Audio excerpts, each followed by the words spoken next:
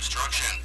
Carolina Journal reporter Rick Henderson said the indictment indicated that Caldwell concealed his activities from Governor Perdue. The indictment does state that she was unaware. So until we find information suggesting otherwise, then we can't assume that she knew what was going on. According to the indictment, Caldwell solicited a campaign donation from a Morganton barber, James Fleming, and then allegedly used the money to pay.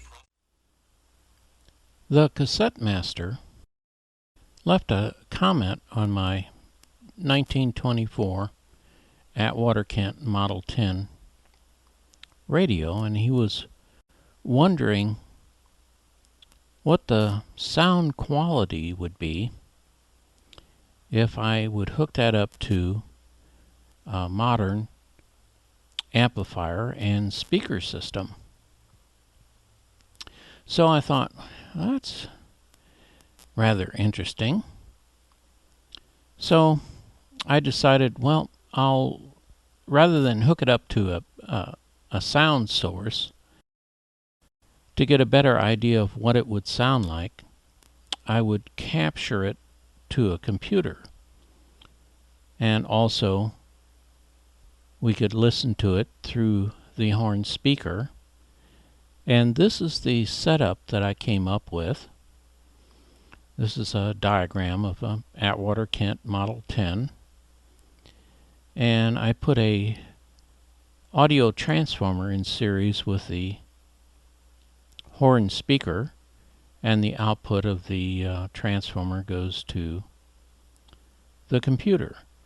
So now, simultaneously, we can capture the same audio off the air with both the horn speaker and the computer.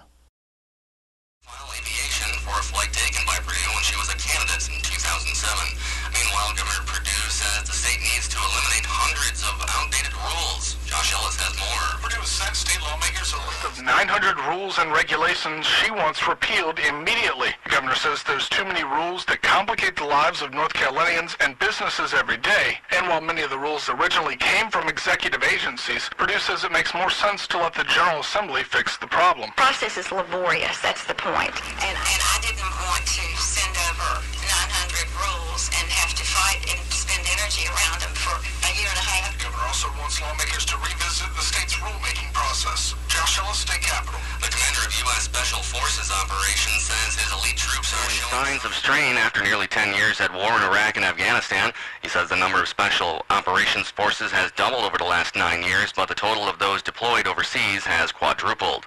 With the crowd swelling in Cairo's Central Square today, Egypt's military has been keeping some foreign journalists out. Only those already holding government-issued credentials are being allowed to enter Tahrir Square. The committee with Protect Journalists says the military is incredibly interfering with reporters trying to cover the crisis.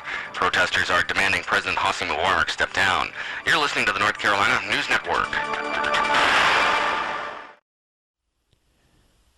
Well, it sounds like the 1924 audio output circuit was designed to make the speakers of the day as loud as possible.